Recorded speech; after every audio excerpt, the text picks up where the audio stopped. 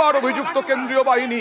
দিলীপ ঘোষকে go back slogan, আর তা নিয়ে কেন্দ্রীয় বাহিনী, দিলীপ ঘোষের নিরাপত্তা রক্ষীরা তারা লাঠি চালালে চোখ ফেটে গেল এই ব্যক্তির, চোখ ফেটে রক্ত বেরোচ্ছে এবং তাকে চিকিৎসার জন্য নিয়ে যাওয়া হচ্ছে। তারপরেই কেন্দ্রীয় বাহিনীর বিরুদ্ধে ক্ষোভে ফেটে পড়লেন তৃণমূল কংগ্রেস কর্মী সমর্থকরা।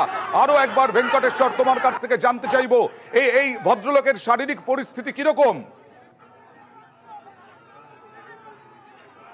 ভেঙ্কটেশ্বর। এই মুহূর্তে আহত যে ব্যক্তি, গ্রামবাসীরা দিলীপ ঘোষের গাড়ির সামনে সেই ব্যক্তিকে শুইয়ে রেখেছেন এবং কেন কেন্দ্রীয় বাহিনীর জওয়ানরা লাঠিচার্জ করলো সেই প্রশ্ন তুলে তুমুল বিক্ষোভ দেখাচ্ছেন গ্রামবাসীরা। দিলীপ ঘোষ রয়েছেন, তার নিরাপত্তা রক্ষীরা রয়েছেন। গ্রামবাসীরা দিলীপ ঘোষের যে গাড়ি, সেই গাড়ির সামনে ওই ব্যক্তিকে একেবারে শুইয়ে রেখেছে রক্তাক্ত অবস্থায়। গাড়ির চাকার নিচে আমরা দেখতে পাচ্ছি ওই ব্যক্তিকে শুইয়ে রেখেছেন এবং দিলীপ ঘোষকে কোনো অবস্থাতেই এখান থেকে যেতে দেওয়া হবে না, সেই বিষয়টা সামনে এনে একেবারে এখানে তুমুল বিক্ষোভ দেখানো হচ্ছে। গ্রামবাসীরা একেবারে আহত হয়েছে, একজন আহত হয়েছেন। দিলীপ ঘোষের যে কেন্দ্রীয় বাহিনীর নিরাপত্তা বাহিনী রয়েছে তার লাঠির আঘাতেই ওই ব্যক্তি আহত হয়েছেন এমনটাই অভিযোগ করা হয়েছে। এবং দিলীপ ঘোষের যে গাড়ি, সেই গাড়ির ওপরে তারা সেখান থেকে ভাগ মারছে এবং যে আহত ব্যক্তি, সেই আহত ব্যক্তিকে একেবারে তুমি দেখতে পাচ্ছ যে সেখানে গাড়ির নিচে ওই ব্যক্তিকে কিন্তু শুয়ে রাখা হয়েছে। দিলীপ ঘোষকে কোনো অবস্থাতেই এখান থেকে যেতে দেওয়া হবে না। দিলীপ ঘোষের গাড়ি কোনোভাবেই দিলীপ ঘোষকে এগোতে দিতে চান না গ্রামবাসীরা, তৃণমূল কর্মী সমর্থকরা। তাই এই আহত ব্যক্তিকে গাড়ির সামনে ফেলে রাখা হচ্ছে। আর প্রচন্ড বিক্ষোভ, প্রবল বিক্ষোভ এই মুহূর্তে। কেন্দ্রীয় বাহিনী আবার অভিযুক্ত। দিলীপ ঘোষ কি বললেন একবার দেখি। পুলিশ দাঁড়িয়ে মজা দেখছিল তখন, বলছে সব ঠিক আছে, আর আমার এজেন্টকে মেরে মুখ ফাটিয়ে বাইরে বার করে দিয়ে বসতে দেয়নি। আমি আসার পরে চেঁচাচ্ছে, আমিও শেষ থেকে ছাড়বো। দিলীপ ঘোষও পাল্টা চ্যালেঞ্জ ছুড়লেন। দিলীপ ঘোষ কিছু বলছেন। কত মস্তানি দেখে নেবো, কত মস্তানি দেখে নেবো।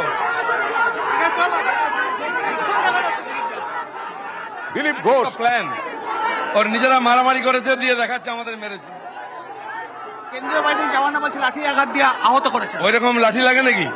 নাক ফেটে যেত তাহলে। আমাকে দেখাচ্ছে নিজেরা করেছে। কেন্দ্রীয় বাহিনীর বিরুদ্ধে অভিযোগ অস্বীকার করছেন দিলীপ ঘোষ। দিলীপ ঘোষের দাবি নিজেরাই মারামারি করে চোখ ফেটেছে।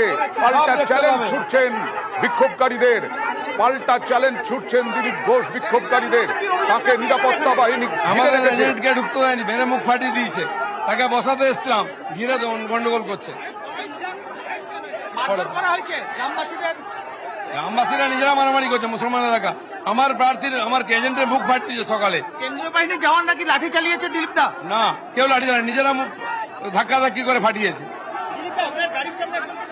আপনার গাড়ির সামনে একজনকে শুয়ে।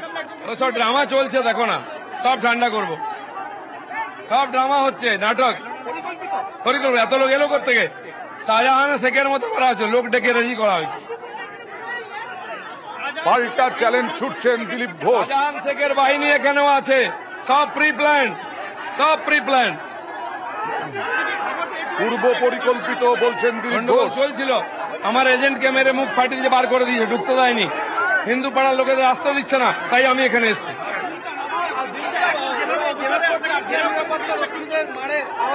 আমরা কাউকে মারেনি, নিজেরা মুখ ফাটিয়েছে। আমার নিরাপত্তা কি মারলে হসপিটাল যেতে হতো। আপনার গাড়ির সামনে তাকে এনে ফেলে দেওয়া হলো। ওই ড্রামা চলবে না। সকাল থেকে প্ল্যান করা হয়েছে শাহজাহান শেখের মতো, সব প্ল্যানিং। আমি ফোন করেছি জেনারেল অবজারভারকে। রাজ্য পুলিশ সামনে আমার কর্মীকে মারা হয়েছে, বার করে দেওয়া হয়েছে। এজেন্টকে দাঁড়িয়ে দেখছিল, বলছে সব ঠিক আছে। যেই আমি নেমেছি সব বেরিয়ে এসে তিল করে। পোলিং এজেন্ট, তাদের পোলিং এজেন্টকে মারধর করা হয়েছে, মুখ ফাটিয়ে দেওয়া হয়েছে, এরকমটাই অভিযোগ করলেন। দেখুন বাহিনীর লাঠি, সেই লাঠিতেই রক্তাক্ত হলেন ওই ব্যক্তি। কেন্দ্রীয় বাহিনী অভিযুক্ত। পাল্টা চ্যালেঞ্জ ছুটছেন দিলীপ ঘোষ। তিনি বলছেন সব পূর্ব পরিকল্পিত। এই দেখুন, এই ভদ্রলোককে দেখুন, বিক্ষোভ দেখাচ্ছিলেন, তারপরেই লাঠির ঘা পড়ল।